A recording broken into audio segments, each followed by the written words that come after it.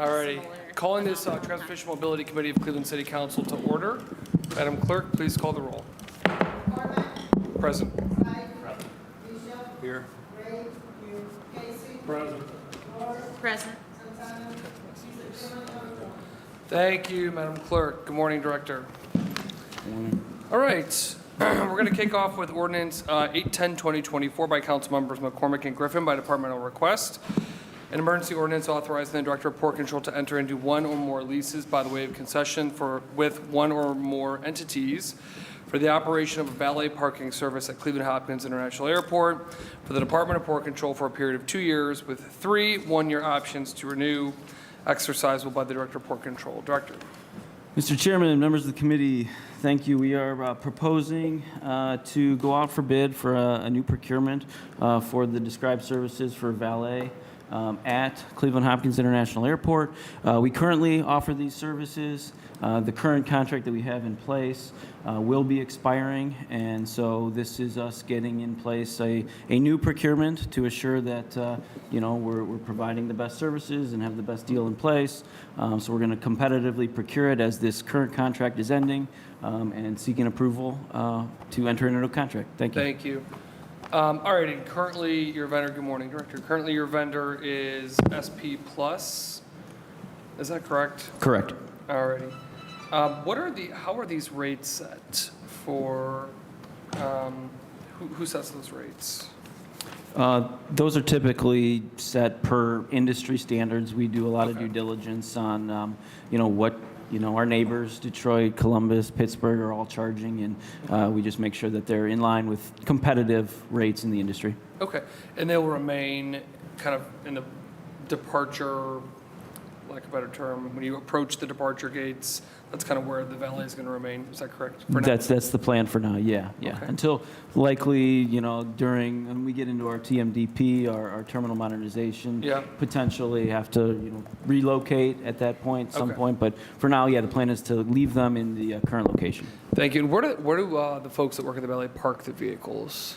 The valet parking spaces are in the basement of the garage. Oh, got it. Okay. And will the demolition of the hotel have any impact here, or is that going to be public parking? Yeah, it will not have any impact to that.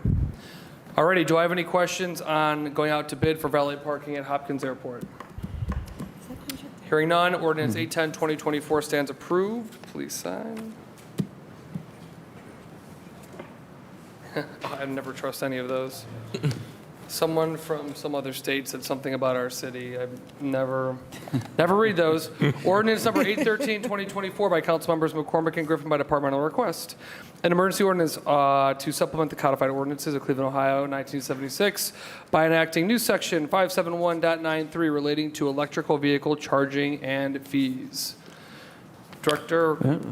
Good morning, Mr. Chair. So Mr. Kramer will be presenting the items today. Okay. I'm here, probably need to duck out around 10:30, but I'm here to support and answer any questions as needed. Mr. Kramer will be presenting. Thank you. Thank you, sir. Mr. Chairman, And how do we address you, Mr. Kramer? Mr. Kramer's fine. Do we have a title or? So it will be Assistant Director. Okay, that's what I was getting. Yeah, I was right, trying right, to push right. him into it. Okay. Assistant Director, 813. Mr. Chairman, members of the committee. Which, thank by the you. way, Director, I think is a very good choice. We've worked with Mr. Kramer for a long time, and I think he's a very competent leader for the organization. So, Thank you for Agreed. those words.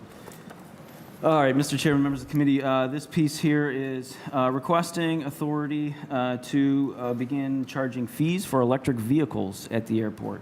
And so what we have here is we received a grant a few years back to install a few EV charging stations in our red lot at the airport. And what this legislation is seeking to do is to charge a fee for those charging services. We now have the infrastructure in place. We anticipate that in the future, with the TMDP and everything happening, that there will be adding a significant amount more of EV charging stations. So why right now, this is just a very small piece of it. We anticipate this becoming a larger operation in the future, wherein we would need to charge a fee to support the infrastructure that's get put in place for these EV charging stations. And so we're proposing to provide authority for the director to charge and collect a fee for these types of services that we will be offering at the airport. And so seeking approval. Thank you. And does this include the port property at North Coast Harbor? That is a good question. Let me double check. And the reason I'm asking that is because the city simultaneously is rolling out a electric charging Right, no. program. So this legislation, it specifically denotes Hopkins and Burke, Okay. not North Coast Harbor. Chief? I just want to add in that these EV stations that he's referring to refer through the airport, so it would not include North Okay. Coast Harbor, Right, because right, they're right. totally separate entities. Great. Just wanted to clarify that because again, the Chair, city. sorry. Yeah. No, it's all right. The city went out on RFP its own public right-of-way charging programs. Just want to make sure they're not conflicting at all. And then Assistant Director,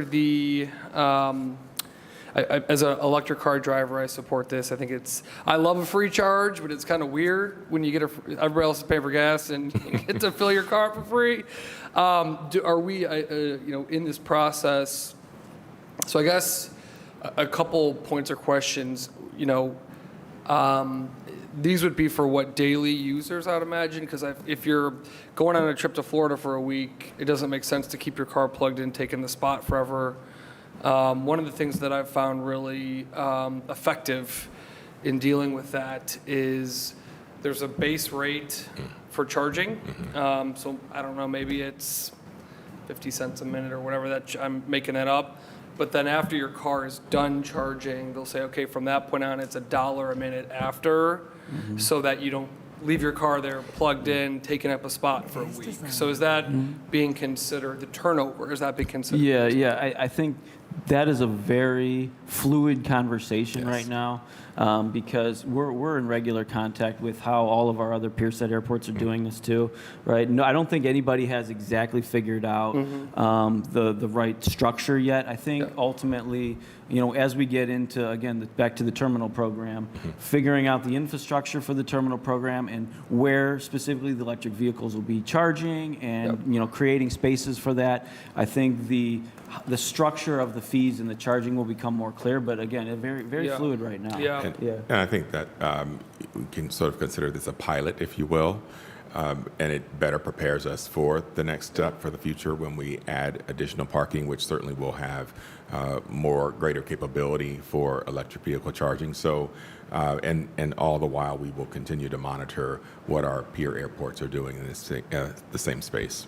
Yeah, and I wonder too, Director, if it makes sense to also integrate this into valet in a way, because if I'm going on a business trip and, well, first of all, I would take the train with Charles, but if I'm going on a business trip, I give you my electric car through valet, y'all can pull it when it's done charging and park it elsewhere. So when I get back from my trip, it's charged and ready. So I mean, just those are the things I think we have to think through, because the other component here is, gee, I have an electric car. Yeah. Good news, I have a reserved spot at the airport in one of those charging stations for a week. And obviously, we don't want Totally that. great, right. We don't want Yeah, that. Mr. Chair, that's a great point, and certainly something to consider in future facilities in the component that would comprise the valet service parking area. So, Yeah, great it's just suggestion. an interesting dynamic, because if you're going to a supermarket, you're plugging your car in, you're Right. shopping for an hour, And you that's a leave. period of time that you come out, you unplug your car, you move on. But this is an airport where folks are going to be parking for Days, days. Right. right? Yeah. So it's That's kind of a unique environment on how to manage that. Yeah. So I'm glad we're going to be taking a look at that. I think ultimately, we'll likely have to create dedicated spaces for the EV Right. charging Yes. vehicles. So you pay a fee to get in and you can charge and you can stay there for a week or whatever. But yeah, we'll likely have to figure out dedicated spaces for Yeah. them. And again, how Right to now, we're manage not the set up for turnover. that, right? Right. Because a vehicle, if it's a fast charge, that could take an hour to charge it. And then you don't want that car taking that spot for a week when it's charged in an hour or 2 hours. So just details we're going to have to work through on Correct. this. But I think it makes sense to establish a fee structure on this. Questions on fee structures for parking? Do you have a question? Well, I was going to yield to my vice chair. Okay. Thank you, and I agree that this is an exciting thing. I'd almost envision, you know, when you go to a car wash and the hose, like the thing swings over the car. You know, I'd almost envision you could maybe have fewer instead of a 1-to-1. Right. You could have, you know, one unit covers an area, and you know, if I'm flying in on Tuesday, on Monday, someone goes and plugs the car in, and that's sort of the service. And that way, you're able to maximize space. I don't know. I just give out the ideas. But my understanding is that the purpose of needing to amend the codified ordinance is so that the director of port control has the authorization to charge the fee, and I would presume then for port control to derive the revenue. Without this, is it just that this would be part of the larger program that Councilman McCormick referenced, and the revenue would go to the Division of Parking Facilities? I guess I'm unclear. It seems that we should be able to do this without having to. I'm surprised we need to change the codified ordinance to make this happen. I would just think that this would kind of fall into our more mundane parking program. Through the chair to the councilperson, my understanding is we don't have authority to charge a fee right now. And so what this is doing is giving authority to charge said fee and giving the authority to the director to set that fee. Okay. And if I could, we're going to make her work for her money over there. Is that Assistant Law Director, does that sound right? They're required authority to charge this fee through the codified ordinance in the airport system. Is that essentially what we're looking at over here? Yes, Mr. Chairman.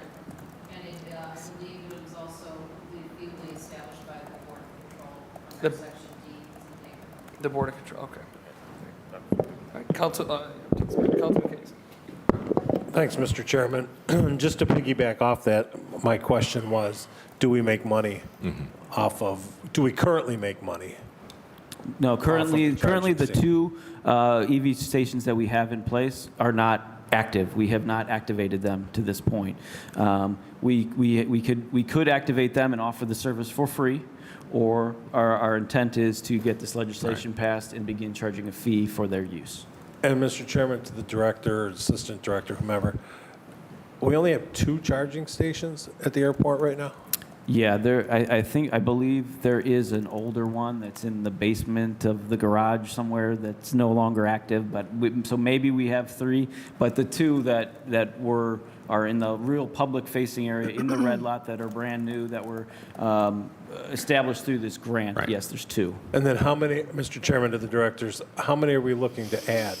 So through the chair, that number is yet to be determined. We're just starting with the 2 that we have in place today. Okay. But as we advance on the terminal programming, part of that will be consideration of how much additional parking we need, and then within the additional parking, how much to actually make available for electric vehicle charging. So that's still something that's under discussion, yet to be determined. And then, just for clarification, Mr. Chairman, to the directors, right now, do you actually have to enter the parking garage to get, so you have to actually, you're going to have to pay to get into where the charging stations are currently at? Through the chairman of the councilperson, that's correct. Okay. All right. Thank you, Mr. Chairman. Thank you, Councilman. But I think that is a really good point as we look at this. Is there an interest in, at the airport, a public-facing charging station? Meaning you'd still have to pay to charge, but it wouldn't be in a lot. I think it's just something to think about as so if I'm picking up my friend Brian Casey from the airport, Because I'm not taking the train. he's not taking the train, and I gotta wait 30 minutes, can I pull in? So to the chair, to your point, I'm seeing I saw where you were going with it before you said it. So for that very type of purpose, in a park and call waiting type lot, that is something that Cell some phone lot? airports have done, cell phone lots. That is something that some airports have incorporated. And certainly it would make a lot of sense, especially if the direction that the general the overall we are going is more and more electric vehicles and optional fuel vehicles. That's something that we certainly could look at as we move forward with the terminal program. Thank you, Certainly. Director, appreciate that. Do I have any additional questions on 8/13/2024? Not even from my fellow electric car driver? I was going to ask the same questions you did, but we had a robust conversation. All right, So there I we feel like go. you covered everything. Awesome. Okay, ordinance 813, 2024 stands approved. Please sign. Ordinance number 816, 2024 by Councilmembers McCormick and Griffin by departmental request.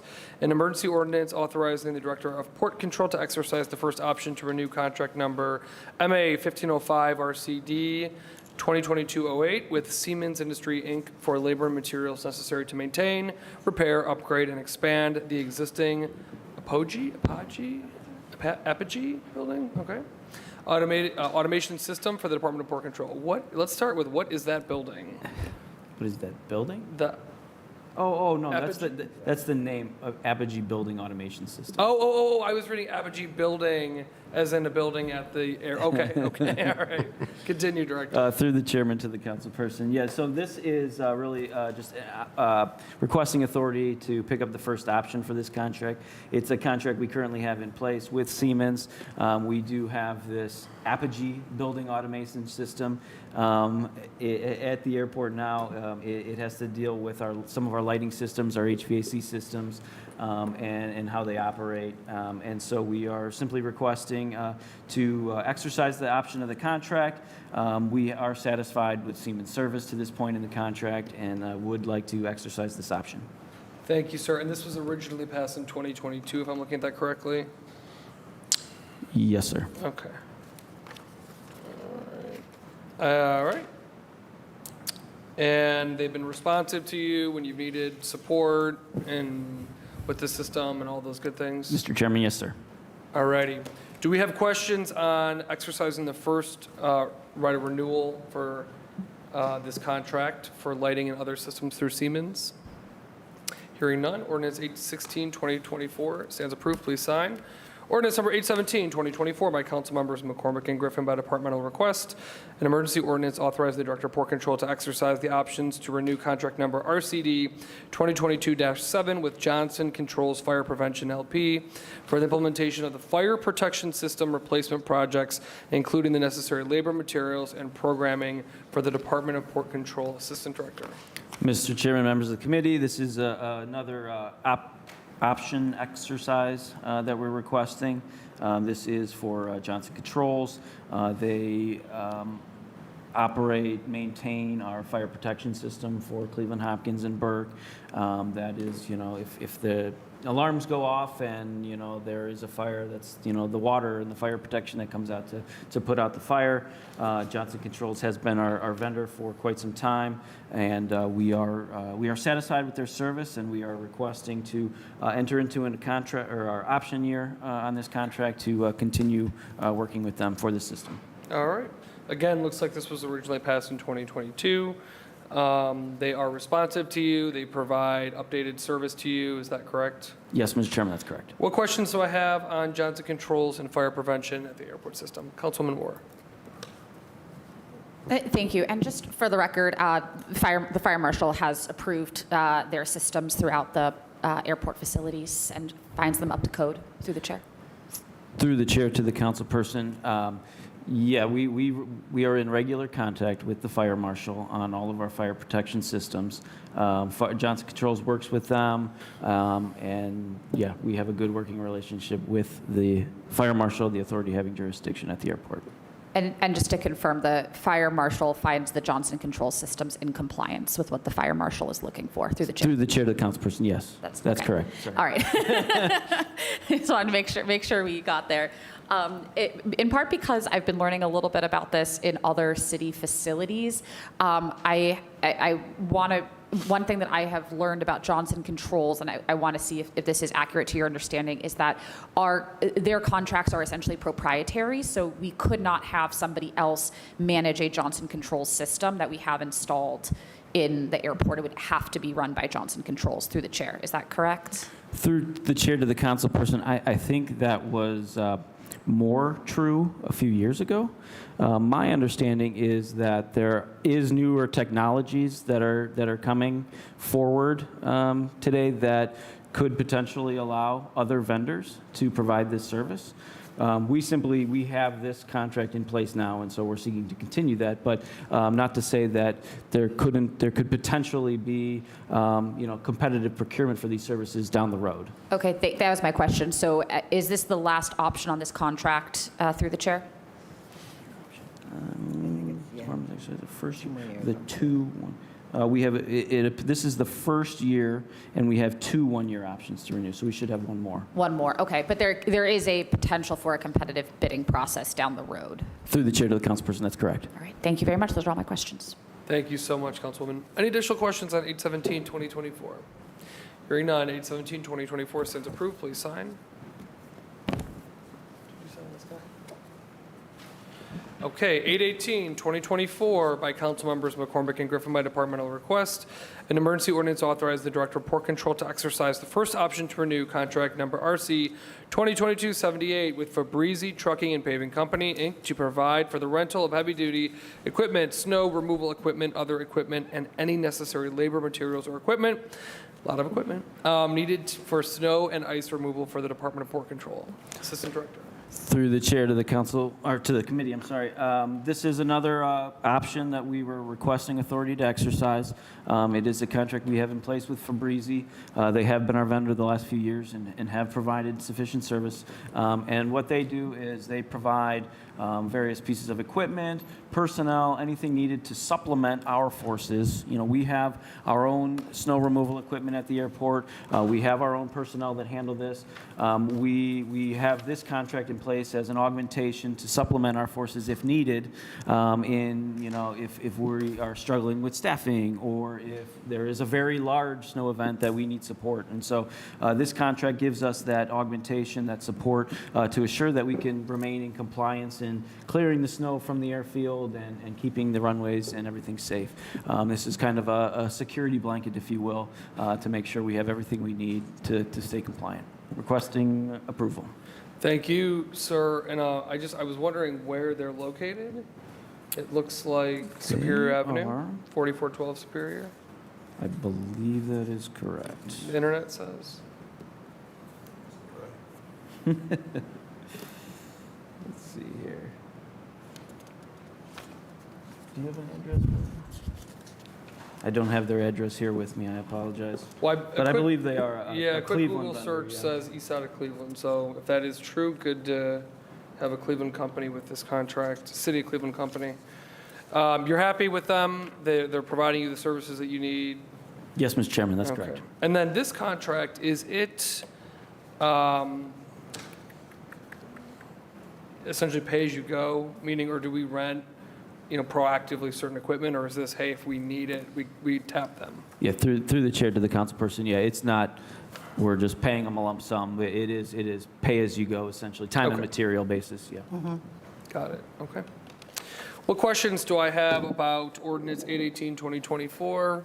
Councilman Casey? Thank you, Mr. Chairman. Mr. Chairman, to the director, I just want to reiterate that we use our own resources first, and we're not using them in lieu of our own employees and stuff, that we only utilize this when we've exhausted all of our own resources, correct? Through the chair to the councilperson, that's correct. All right, thank you. Thank you, Councilman. Anything else on 818-2024? Hearing nothing, 818-2024 stands approved. Please sign. Alrighty, 819-2024 by council members McCormick and Griffin by departmental request. An emergency ordinance authorizing the Director of Port Control to enter into one or more amendments to the lease by way of concession agreements with various car rental companies that operate rental car concessions at Cleveland Hopkins International Airport to extend the term of the leases for 3 years with 2 one-year options to renew, exercisable by the Director of Port Control. Mr. Chairman, members of the committee, this particular piece is in regard to extending our arrangements that we have with our rental car companies. So we actually do a competitive procurement to select the rental car companies that will operate at Cleveland Hopkins. We then, after that selection's made and we have our vendors in place, we then work with those companies to have leases in place for space at our rental car facility. And so what this piece of legislation is for rental of that space for their service centers. So there's the facility that everyone sees that you go in, you rent a car, and you pick up your car and all that. Well, there's the kind of the back of house service centers, I'll call them, where where they do the cleaning and the maintenance and the oil changes and all that kind of stuff. And so this piece of legislation is to extend the leases that we have in place with the rental car companies for their service centers at the rental car facility. So requesting approval to continue our relationship for these leases with our rental car companies. All right, thank you. And on this list in the executive summary, are there any new companies, any companies that are not renewing? Is there any change in this list from how we're currently operating? Mr. Chairman, no, there is no change in the companies. Okay. So the terms of the original agreement are going to remain. Tell me more about the importance of that. Through the chair to the councilperson, these service centers, again, they offer like all of that kind of back-end service that you need for cleaning of the vehicles and oil changes and maintenance. You know, these and they store a good amount of cars there on occasion at these locations too, to assure that they have sufficient stock in place for the rental car operation. So these service centers are pretty critical to their operation. Okay, but we're extending the current terms. So tell me, I mean, you've reviewed the current terms, you know, with them, you're satisfied with them. I mean, tell me more Yeah. about that component of this piece. Yeah, through the chair to the councilperson, we want to extend the terms because we know of, again, I'm going to go back to the terminal program coming up, right? So ultimately, what our master plan and what our terminal program has outlined is we want to move this entire rental car operation back on site into a new consolidated rental car facility. And so we are not looking to make any major changes to this rental car operation as it exists today until that new facility comes online in you know, sometime in the program. And so that's why anything really associated with this rental car operation, we're really looking to just extend the existing agreements and service and until we get to this new facility that gets built. And we understand that the rental car facility most likely will change when it comes to the modernization plan. speak It's to a pretty that. baked-in assumption. So we are, to the chair and the committee, we're still very supportive of working with our rental car operators on future needs of the airport to better serve the customers. And so we do continue to believe that the way to achieve that ultimately is through a new facility that would be located back on airport on the south side of 480. But it's very possible that these service centers will still be needed, depending upon the footprint of the new consolidated rental car facility. It may not be able to accommodate all of the services necessary. So yes, to answer your question, very much interested in continuing to engage with the rental car operators on eventually developing a new facility on airport, and I would expect that that's something that will be online by the end of the decade. Okay. What questions do I have on 8/19/2024? Councilman? Thank you. Just out of curiosity, why are these leases separate from the leases for them to operate kind of within the outward-facing facility? Through the chair to the councilperson, that goes back to their origination. These facilities were originally built by the rental car companies themselves. The airport entered into ground leases with them. They built the facilities, and so it was at the time back when all of this was established. It was just broken out separately because we were establishing, operational, agreement with them, and then they had the need for these service centers, and so they actually built these service centers when they originally came online. Okay. So looking into the future, knowing that the plan is to bring rental car operations back onto the campus, it seems like it would be maybe prudent at that time to have a more streamlined leasing process. So I guess a question, is the intent for the service centers to also be relocated? Do we have the capacity or the real estate to handle, because you could see it from an aerial, there's very large parking lots, it's a pretty big area. Yes. Are we going to be able to pull the service centers back onto campus? So through the chair to the councilperson, so that's what I spoke to without being very specific, is once we determine the exact site and the footprint of that site on airport, at that point we will be able to determine if all services can be self-contained in the new facility, or if some services may still need to be separate from the public-facing facility, if you will. Okay. So once we make the determination, then we will better understand how to proceed from a leasing business arrangement standpoint. Okay, gotcha. And I will say, there's obviously, as you drive towards the rental car facility, there's some developable land there. And looking forward, I have told people I anticipate at some point in the future there will be more, because the rental car facility will be back at the airport, perhaps, hopefully all of it, perhaps a large portion of it. One of the things that I do kind of ruminate over is that, how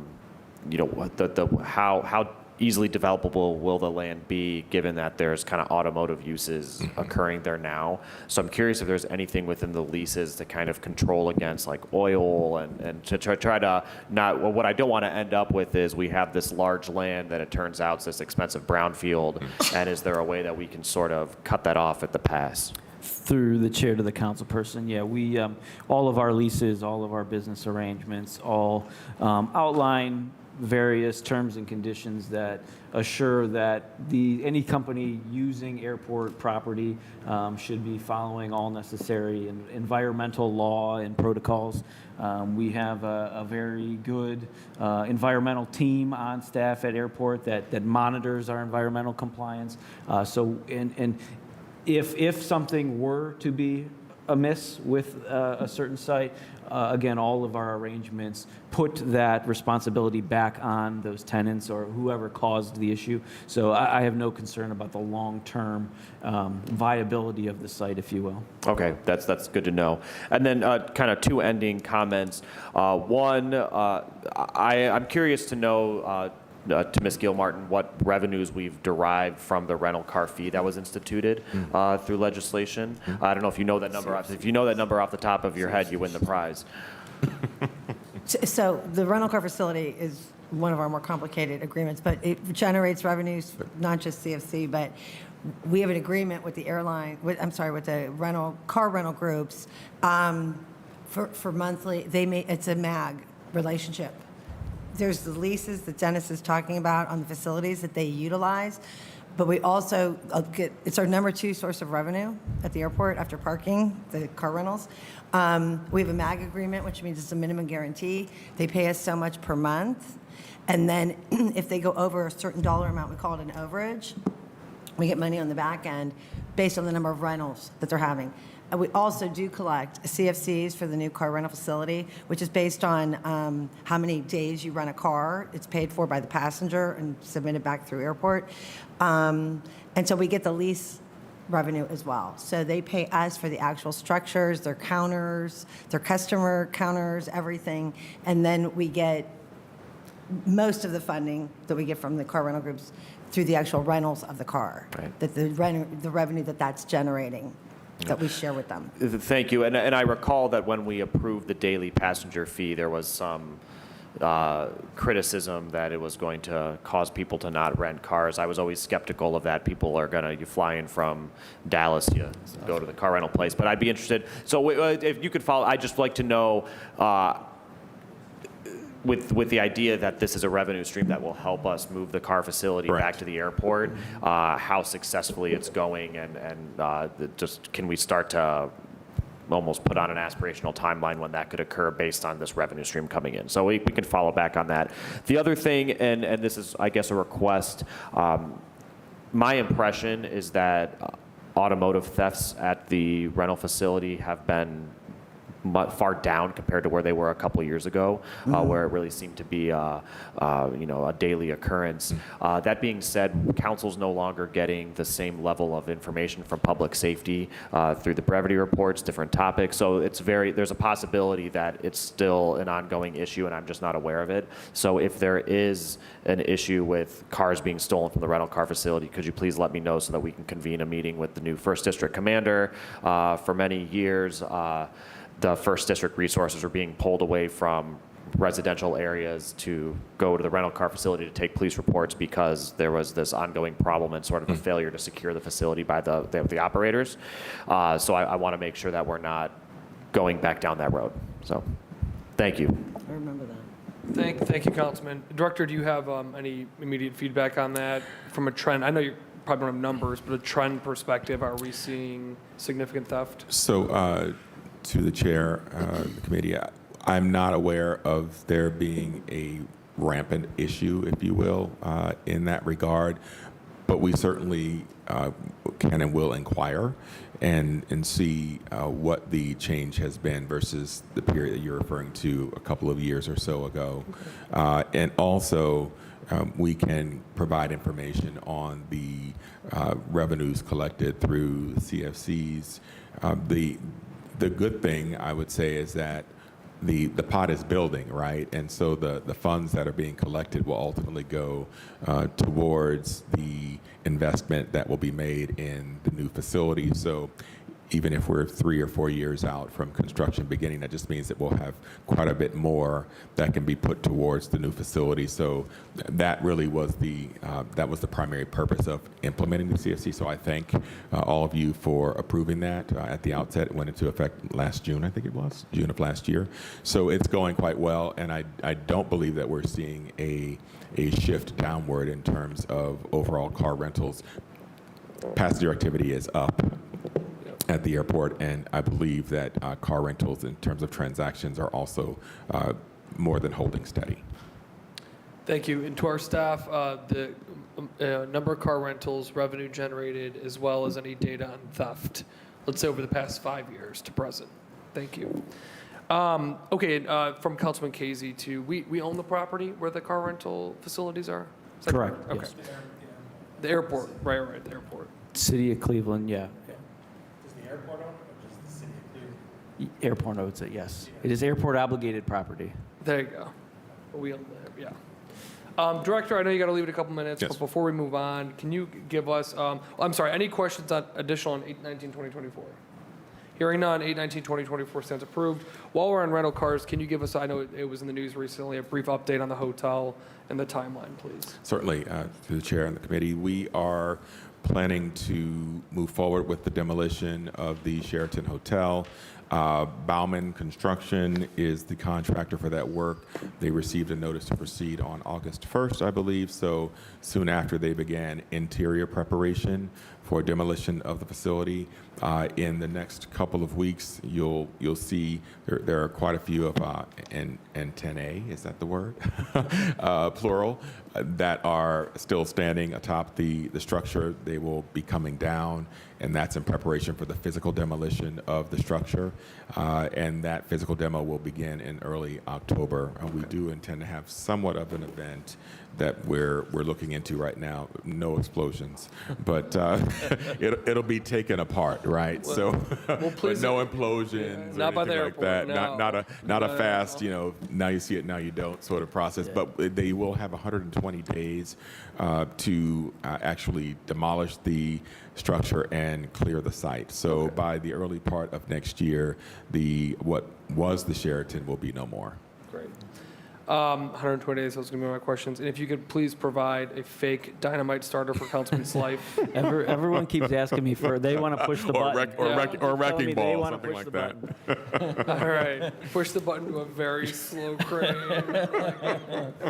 Thank you. Certainly. Alrighty, 8/24/2024 by Councilmembers McCormick and Griffin by departmental request, emergency ordinance authorizing the Director of Port Control to employ one or more professional consultants to provide lobbying services to assist with legislative, regulatory, and policy issues with the Cleveland Airport system for a period of 1 year with 3 one-year options to renew exercisable by the Director. Assistant Director.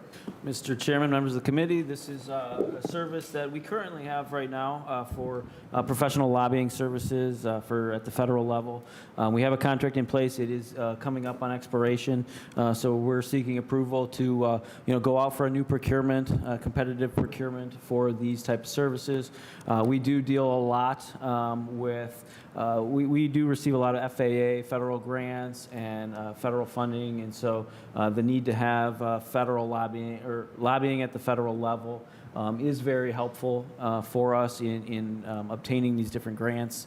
And so we have the services right now, and again, we're just looking to continue those services, competitive procurement, to have this service in place for us. Thank you. Thank you, sir. And I imagine that it makes sense for this team to be in Washington, D.C.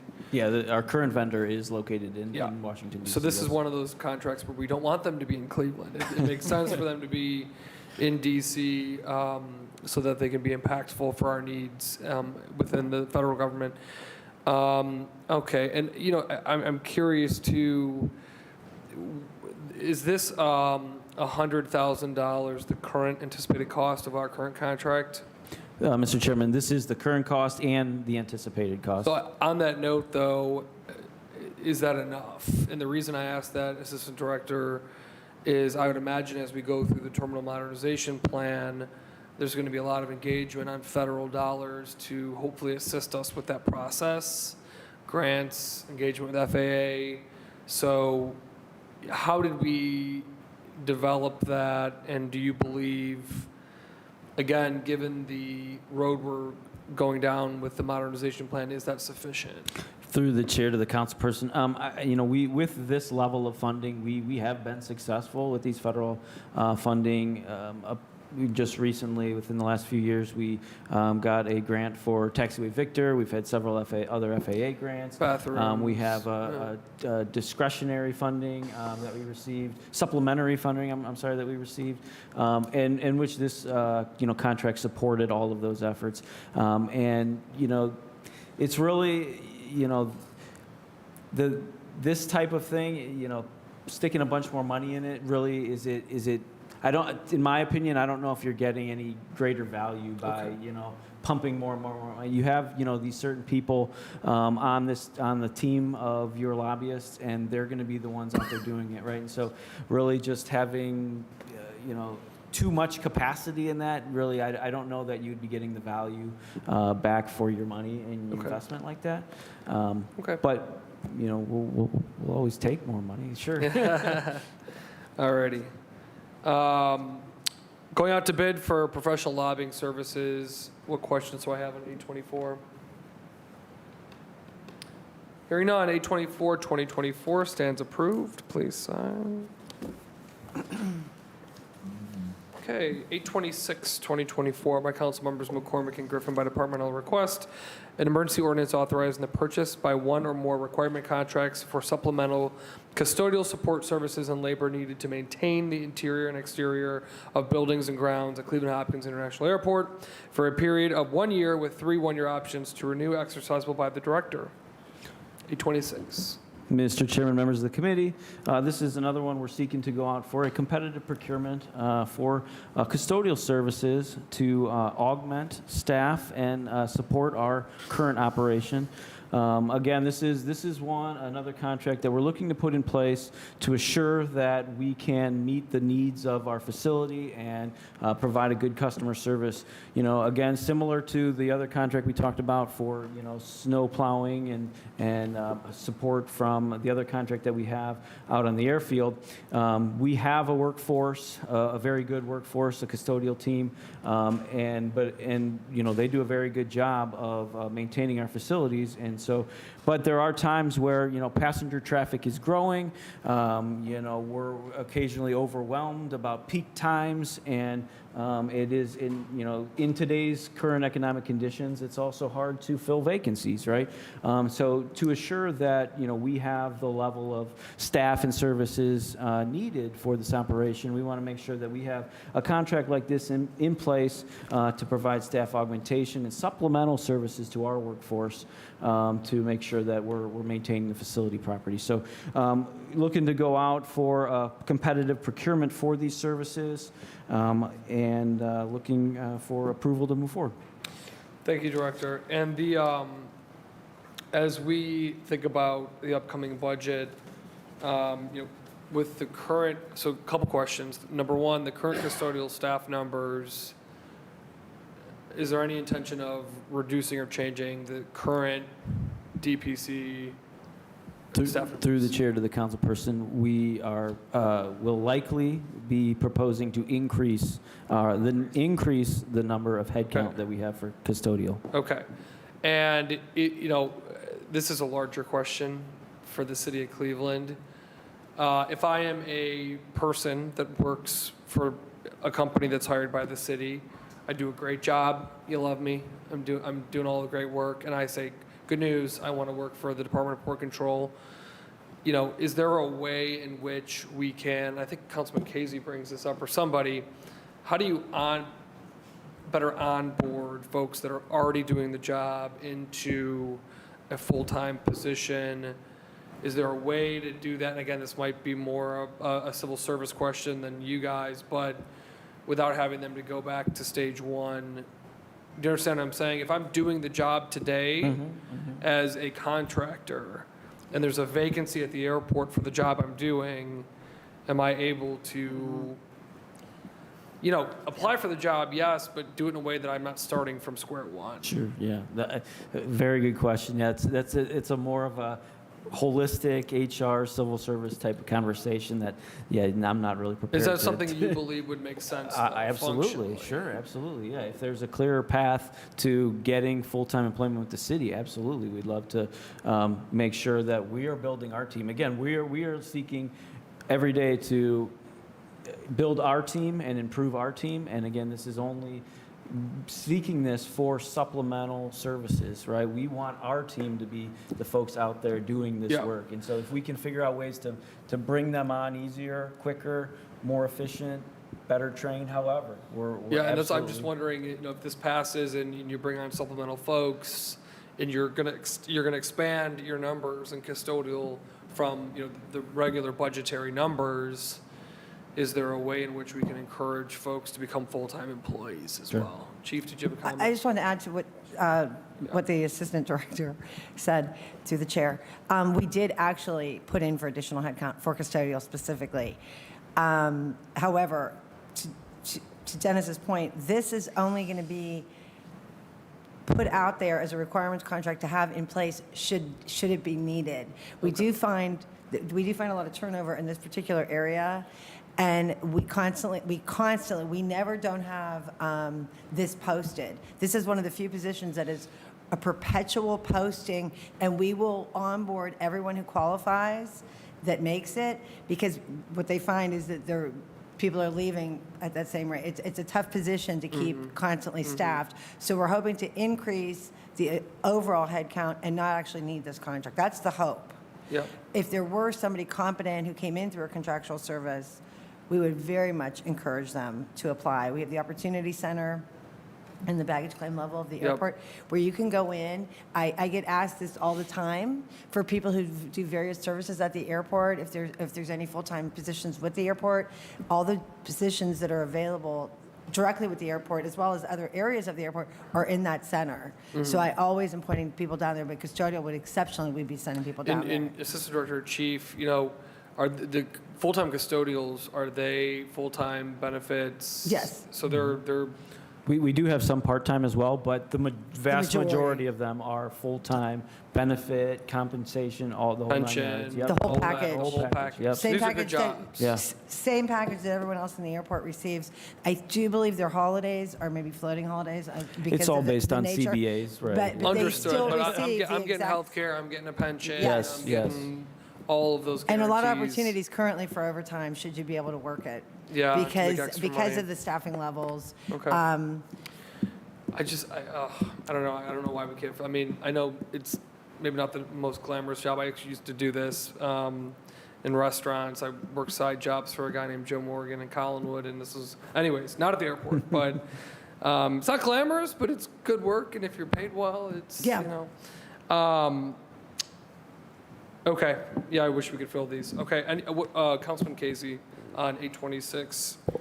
Thank you, Mr. Chairman. Mr. Chairman, I've always been a believer that all of our enterprise funds should have their own hiring Yes. practice, their Amen. own civil service, their own human resources, their own whatever it is. The holdup through civil service at the city level hinders all of our small, all of our, Tremendously. it's very aggravating. Yep. But getting back to this piece of legislation here, you're asking for Mr. Chairman, to the Assistant Director, you're asking for $1.1 million annually and a total of 4 years. That's $4.5 million you're looking to contract work. To me, that seems a little excessive, right? I mean, I'm sure that there's custodians, I don't even know what they make at the airport, but 1.1 annually has got to be able to hire us probably 20 people, maybe. I mean, this is a big ask, especially for such a long, lengthy period for 4 years. For an example, when we had the storm cleanup, we were only allocated $350,000 through CPP to get people in to help with the storm cleanup. This 1.1, with all due respect, seems like it would be an easy way not to be overly aggressive in trying to fill positions because you have this excessively large fallback.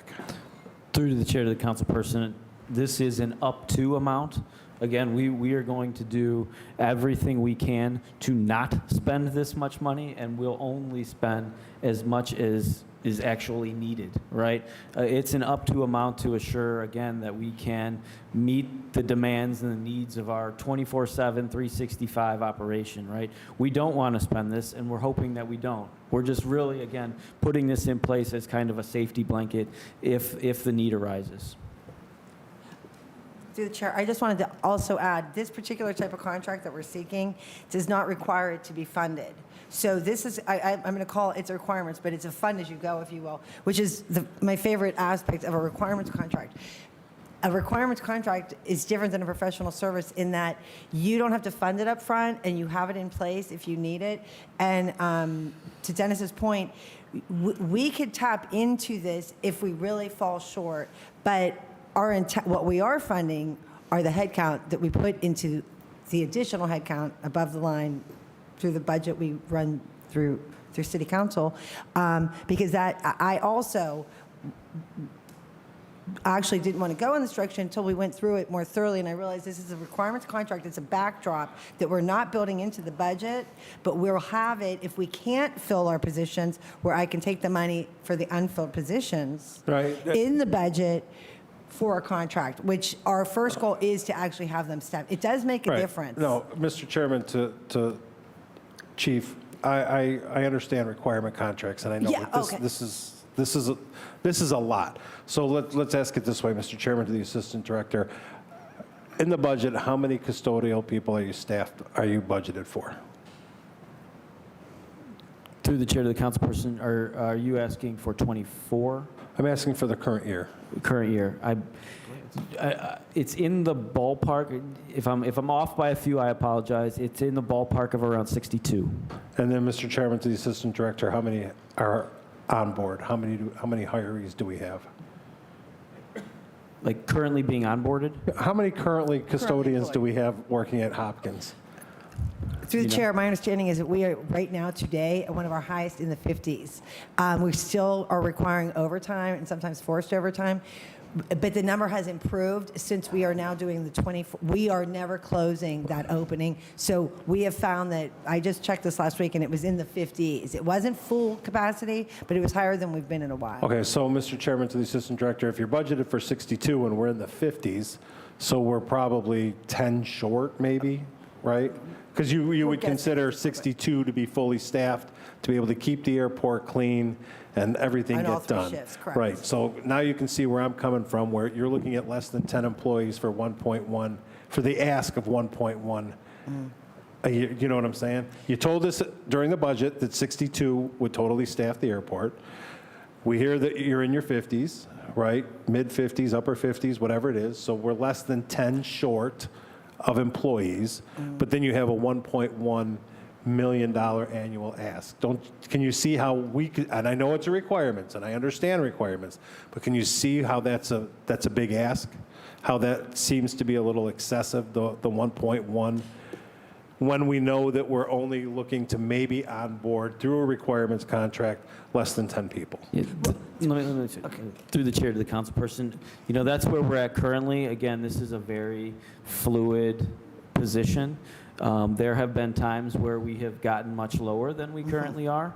And I don't think that we've been fully staffed in quite some time. So really, again, this contract is for those times where maybe we have a swing in, you know, downward, and we're getting very low on our staffing levels, and we need to kick this in to support the staff. Again, and even at these levels, we're paying a significant amount of overtime to the employees. So yes, I understand, you know, what you're saying, but at the same time, again, we are looking to give ourselves this security blanket to make sure that we can do what we need to do for those times when we're not as well staffed and our staffing is falling short.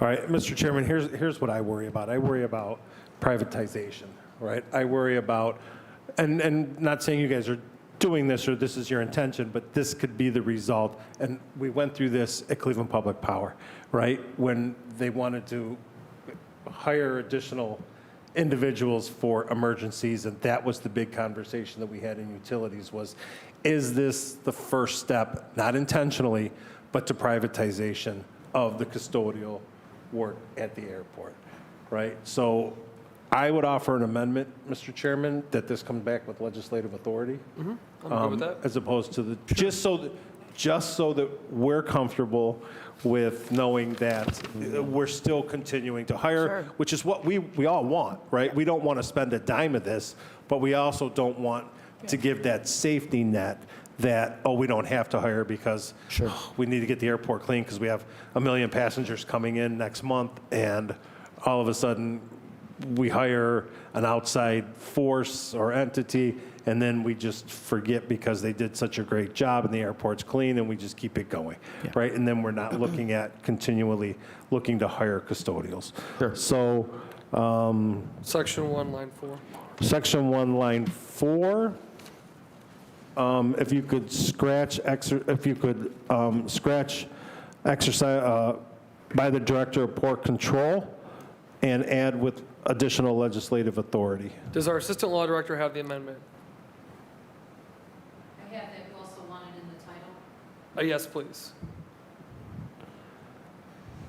so you're just striking by the Director of Port Control. So they would have to Inserting enter with it when we get additional legislative Coming authority. back. Correct. That's correct. Yeah. For option years you're talking about, yeah. Correct. I think that's fair. Yeah, we'll give you the, I don't want to speak for the chairman, but I think we'll give you the first year, but anything after the first year, It's gotta come you've got to come back before council. Councilman Casey's put a motion on the floor. Do I have a second for that amendment? I'll second it. Okay, well, then we'll do discussion. Second from Councilman Bishop. Is there any discussion on the amendment? Could well, here's my question. I have a couple questions about this before we get to this. I'm not comfortable voting on this without asking a couple of questions about how this relates to union labor.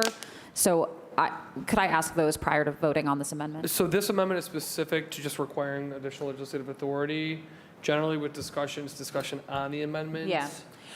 Okay, I'll support this amendment, but I have some questions after Sure, that. for sure. Okay, but specifically on requiring additional legislative authority is the amendment. Is there any additional discussion on this amendment? Madam Clerk, please call the roll on the amendment. Yes. Yes. Yes. Yes. Yes. The amendment carries. Thank you, Councilman Casey. You still have the floor. I'm good, thank you. Okay, Councilman Moore. Thank you.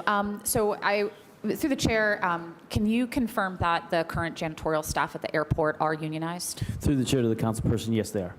And through the chair, can you confirm your understanding of this ordinance would allow you to hire non-union labor to conduct custodial work at the airport? Through the chair? Through the chair to the councilperson, we will be requiring in the bid documents for union labor. Okay, thank you. So I want to make sure that I understand, with existing CBA, how does the bid for unionized labor interplay with your existing CBA with SEIU for custodial work? Through the chair. So the existing CBA with our union does allow for supplemental services. In the existing CBA, we did verify that.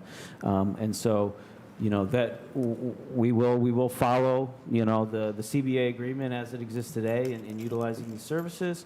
And again, we will be requiring union labor for this particular service. Okay.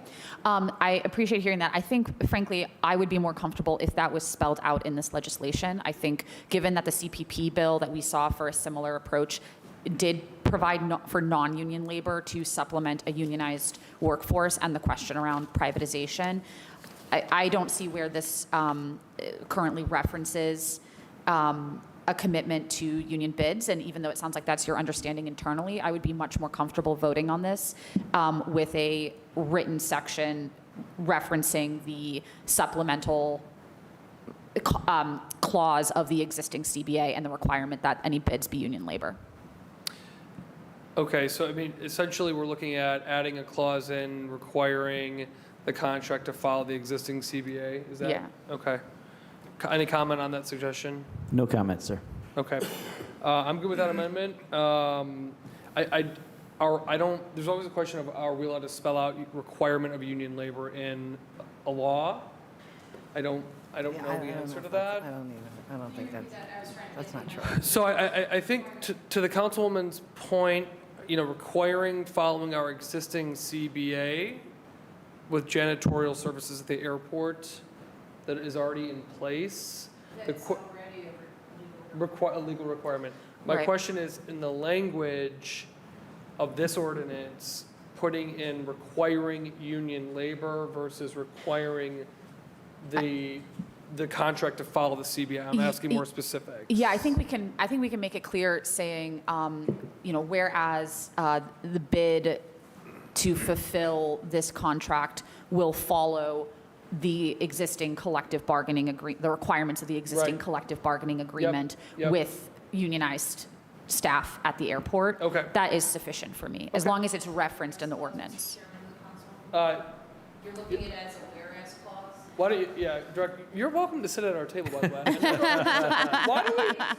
Why do we delegate our law director to the corner? Come join us. Director, come join us at this microphone right here. So you're looking at making that as a whereas clause? Is I, that what you're looking to amend it to? I'm comfortable with it being a whereas clause. I think it should just be written into this ordinance, but I think it can be a whereas. So, Councilwoman, can you help just providing that language again? Yeah, for us? let's take it from the top. Whereas the current custodial staff at Cleveland Hopkins International Airport is unionized and allows for bids for supplemental work so long as the labor is also unionized. Where, Follows the collective Now- bargaining agreement. yeah, exactly. Whereas the current custodial staff at CLE is unionized and allows for bids to for supplemental work so long as. The bids, the supplemental support is also unionized and follows the city's existing collective bargaining agreement.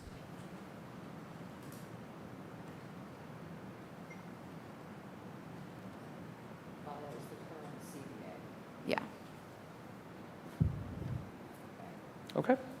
And got I'll that? make that'll be inserted as a second. As a whereas. That's Yeah. correct. Be it ordained. I think actually traditionally that emergency ordinance is the last whereas, so this should be the first whereas.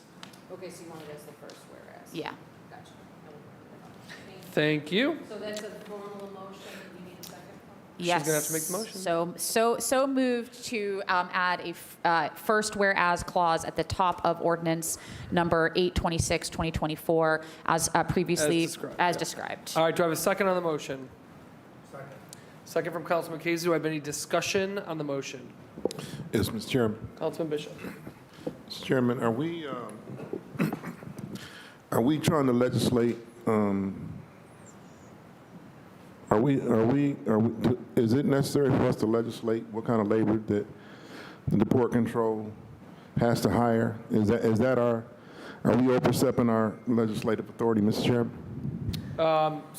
Once to our assistant law director, how about you join us at the table? So, Mr. Chairman. Welcome on. Would that be more of a, The question is, are we overstepping our authority legislating the type of labor at the airport?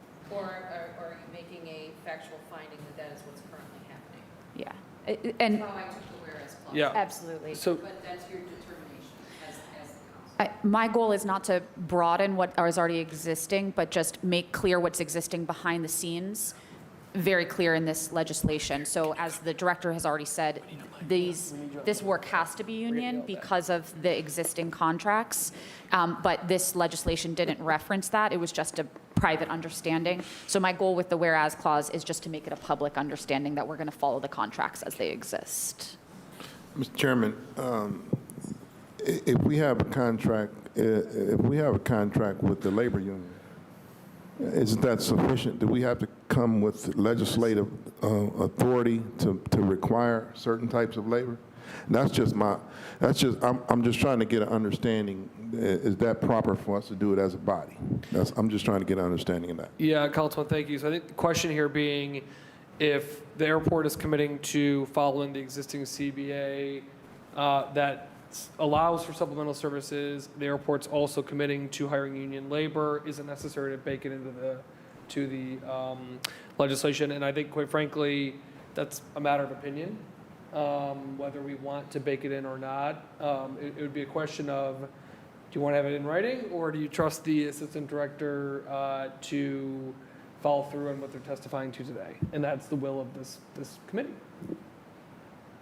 Well, Mr. Chairman, I think, we all hear the continual reiteration about we don't hire, fire, or administer. I'm not exactly sure how it goes. But are we starting to step into that role if we start to legislate? Because all of our contracts, I mean, we deal with a lot of different contracts. Are we going to have to start to become a legislative body that we are participating in labor, in some type of labor negotiations, or trying to influence labor in some kind of way? That's all I'm trying to get an understanding, Mr. Chairman. Thank you. Any additional discussion on the proposed amendment? Yes, I have a question, Councilwoman. Chair. I am just kind of, trying to comprehend this myself. I understand what my colleague is questioning. However, does this, and I'm all for unions, but does this goes against employees who are not unionized? So would there be If some? I'm following the whole gist of what's going on here. So This is protecting union versus non-union employees that might be hired, because we have a lot of employees that I know when I worked in certain environments that some employees did not want to be unionized, and they were non-unions, but they still was opt in to get protection per se as a collective bargaining. So just trying to understand, which way this is going.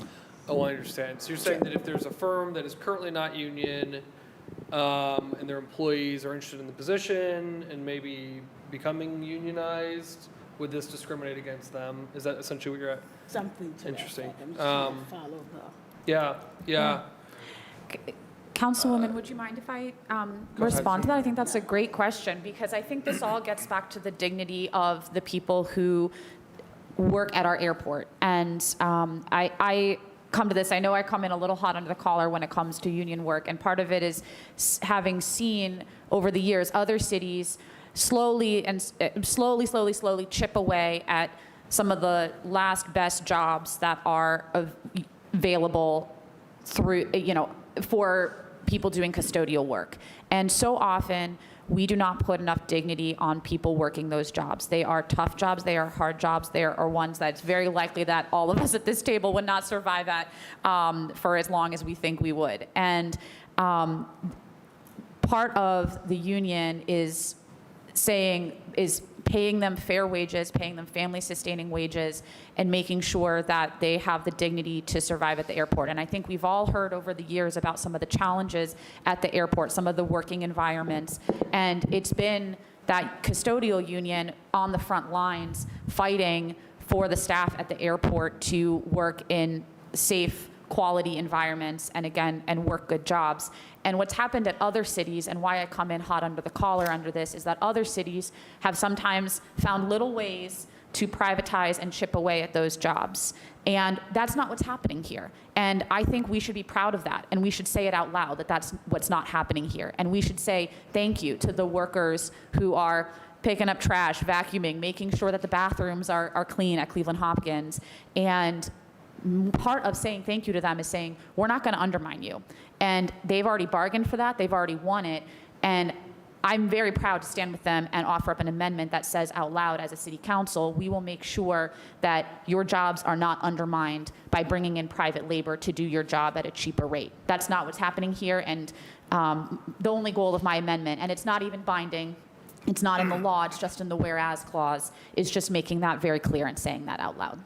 And I think that Councilwoman Gray, if there's a firm that is non-union and is interested in unionizing, or their employees are, there are opportunities, of course, to do that.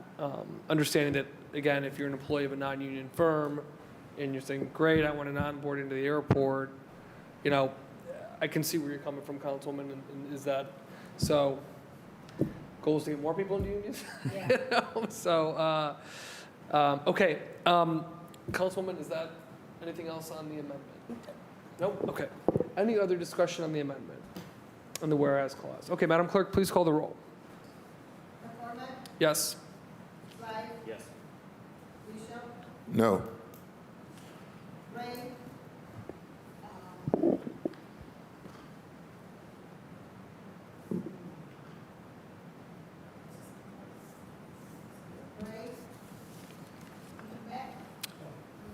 Please circle back to Councilwoman Gray. Yes. Yes.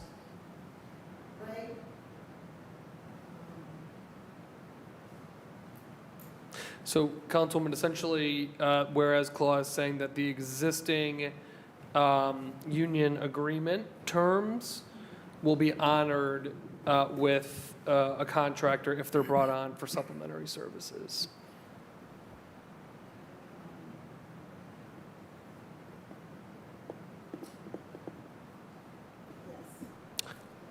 Yes from Gray. 5 years, 1 day. Thank you. Okay, the amendment carries. Any additional comments on 8/26/2024? Hearing none, 8/26/2024 as amended stands approved. Please sign. All right.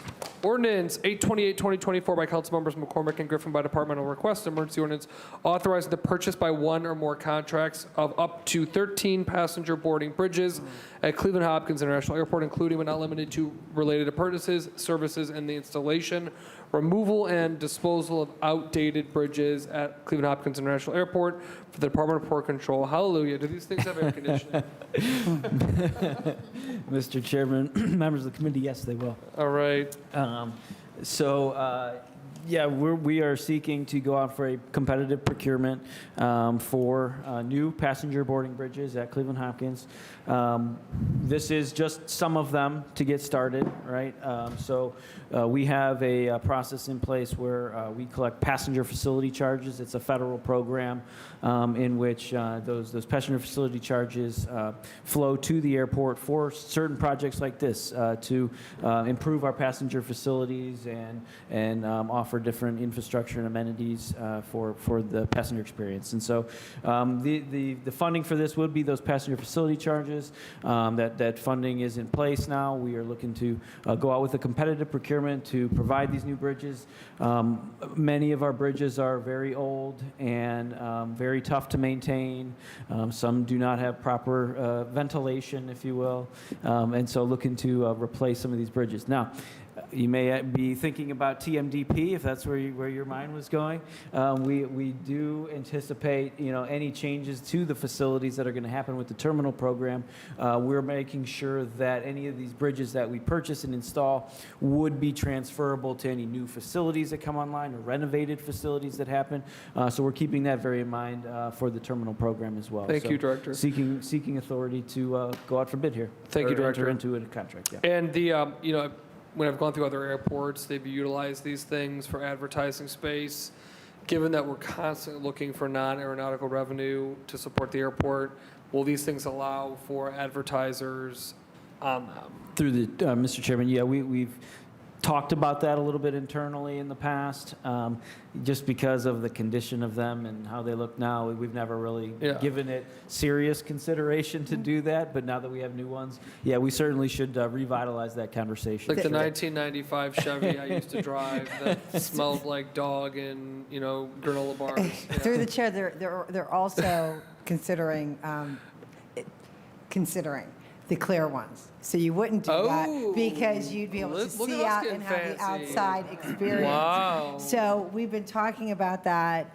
The team member who's going to be over this initiative is very excited about that, but that's still in discussion. So that might only change. if, only if cost effective. Only if cost effective. We should get the clear ones. Those are nice. Well, They will be, yeah, that's true, but they're cool. All right. Okay. All right. Is there any federal money available for this, or are we strictly using the? Go ahead. the funding source for this is 100% PFCs. So this will not be funded at all. Our PFCs are allocated as a funding source. We can use it either to retire debt or for projects. This was an approved project by the FAA. Okay. And it will be 100% with that. It's not like a grant with a match. It's the funding source is already, we've already collected these PFCs, I already have it in the account. So this is 100% being paid for through federal funds. Okay, so our airlines or otherwise don't have to pay. Okay. All right. They do not. They are required to collect a PFC for Right. each person who flies, and then we get to determine how to use our PFCs if approved by the FAA. And this is one of the projects that we got approved. Got it. Okay.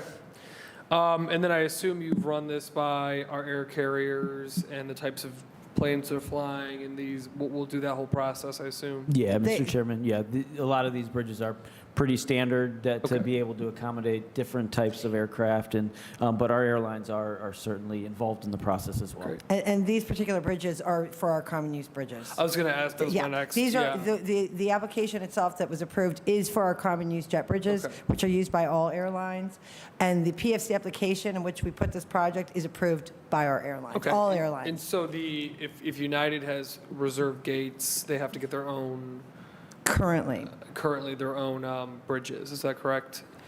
For currently, reserve gates. for their gates, their exclusive use gates, which United's are, which are a little different than everybody else's. Yeah. They do provide their own bridges. However, we do have other signatory airlines who do not. They have their own gates, which they pay for. They rent bridges from us. So we have a kind of a combination. Each deal. airline's Okay. a little different. Each airline's a little different.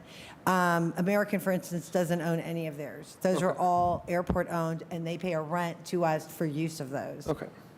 What questions do I have on new bridges, passenger boarding bridges at the airport? Hearing no questions, ordinance 828, 2024 stands approved. Please sign. Madam Clerk, you were right. We got a stack of legislation today. All right, ordinance 836, 2024 by council members McCormick and Griffin by departmental request.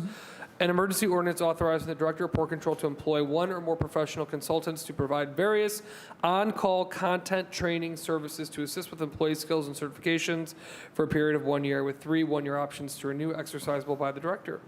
Mr. Chairman, members of the committee, this particular piece is again to go out for competitive procurement for these type of training services to support our staff in their professional development, and also several regulatory compliance type requirements that we have through the FAA. And security and various other compliance-related items. We do have a small training staff at the airport that does administer and kind of coordinate training for our workforce. And this is really kind of another supplement to them to get different content to support their training, and possibly even if the certain subject matter that they're not well versed in, they could utilize this service to provide the actual training itself, the content, all those types of things. And so this again really it's a training support type service that will benefit our workforce and help develop our workforce and help us meet our regulatory requirements. So would you characterize this, Director, as kind of an HR function Yeah, HR training essentially, function. HR sure. training's function, okay. Alrighty. And you, in the legislative summary, have tied this into the TMDP. Can you talk about that? Sure, Mr. Chairman. Yeah, I mean, as we start to get into new facilities and the expertise of our workforce will be changing, right? As we build new facilities that are more technologically advanced, we'll need to support our workforce in training to, operate and maintain these different facilities. So we want to make sure we have the infrastructure in place to support that workforce development into new facilities for the terminal program. Okay. Okay, what questions do I have on 836-2024? Hearing none, 836-2024 stands approved. Please sign. All right. Okay, last but not least, ordinance 837-2024 as amended by council members McCormick and Griffin by departmental request. An emergency ordinance authorizing the Director of Port Control to employ one or more real estate appraisers, Councilman Bishop's favorite line item. Or one or more firms of real estate appraisers to provide professional services necessary to appraise real, personal, and other interests in real property on an as-needed basis for a period of 2 years with 3 one-year options to renew. Exercisable by the director. Please make into your answer confidence to Councilman Bishop that these, to all of us, but that whoever we hire is going to provide the most accurate appraisals for airport property. Go ahead. Mr. Chairman, members of the committee, yes. So we do have a current contract in place for appraisal services for Hopkins and Burke. And we utilize these services anytime we're entering into a new lease or anything like that. We utilize these services to assure that we are receiving fair market value for our properties. It is a requirement by the FAA that we assure that we are achieving fair market value for our property anytime we're leasing it out. And so we have a current contract in place for these services. That contract is coming up for expiration. And so we are seeking to go out again for a competitive procurement to find a firm to continue providing these services for us. Again, we'll make sure that they do have airport expertise as part of their tools in their tool belt, if you will, to assure that we are receiving, actual fair market values for airport-type property.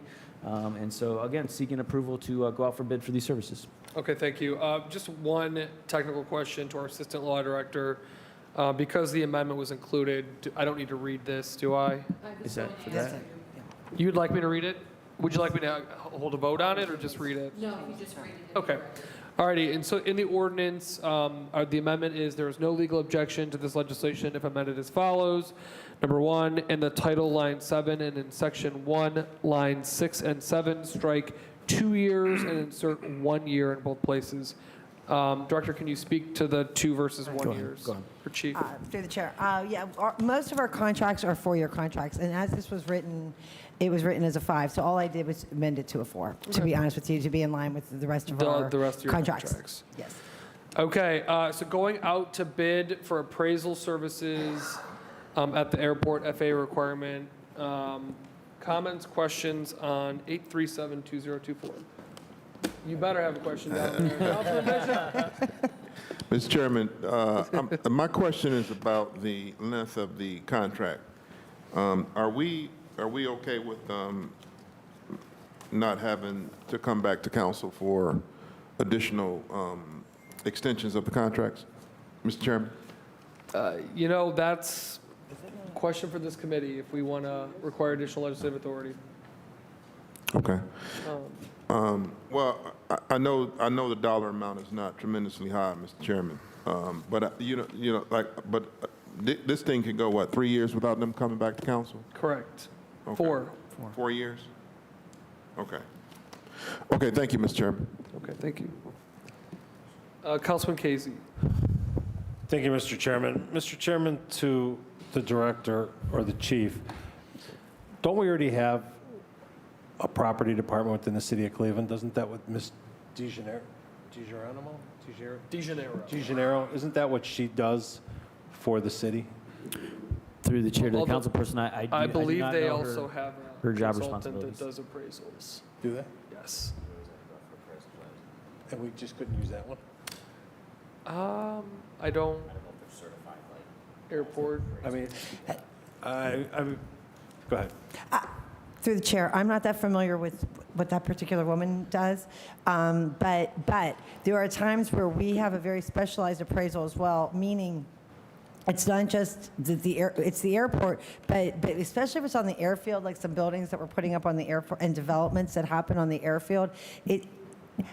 It's a little more complex than that because I want to make sure they're comparing us to other airports as well, not just fair market value of, say, the area where the airport is located. That's not always the case, but it is the case sometimes. So I've gotten more involved in that because I want to make sure that we're competing for precious spaces on the airfield as well. All right, so Mr. Chairman, to the Assistant Director of the Chief, outside the boundaries of the airport, okay, and the car rental facility, does the airport own any other properties?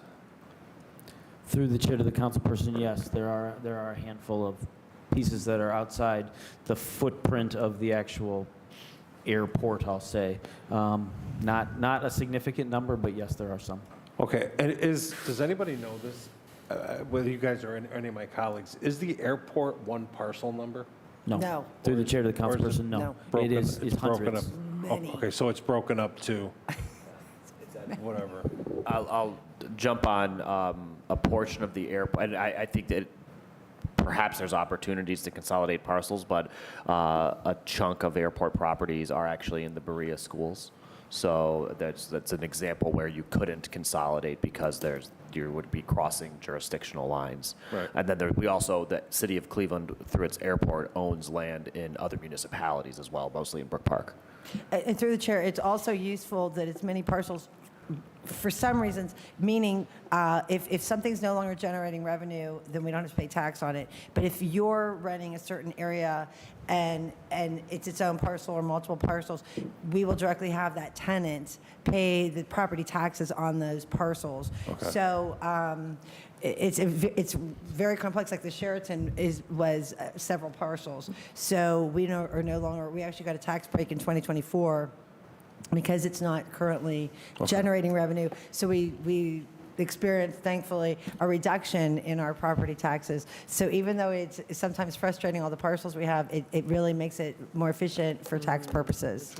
Okay, so Mr. Chairman, to the Director and the Chief, it's a little bit more complex than there's a vacant city-owned property on 150th that we want to sell, and what's the appraised value of it? Yeah. Through Correct? the chair to the councilperson, that's Okay, correct, yes. all right, thank you. Thank you, Councilman. And it's probably a good idea to have a third-party appraiser. I think land is, in Cleveland, every parcel's worth millions, but that's my heart and my soul, right? So probably a good idea to have a third party Yeah. weighing in on these things, especially too for transparency purposes and all that kind of stuff. Okay, any additional questions on 837-2024?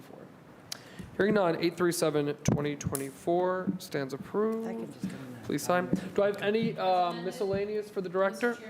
As amended, sorry, 837-2024 as amended stands approved.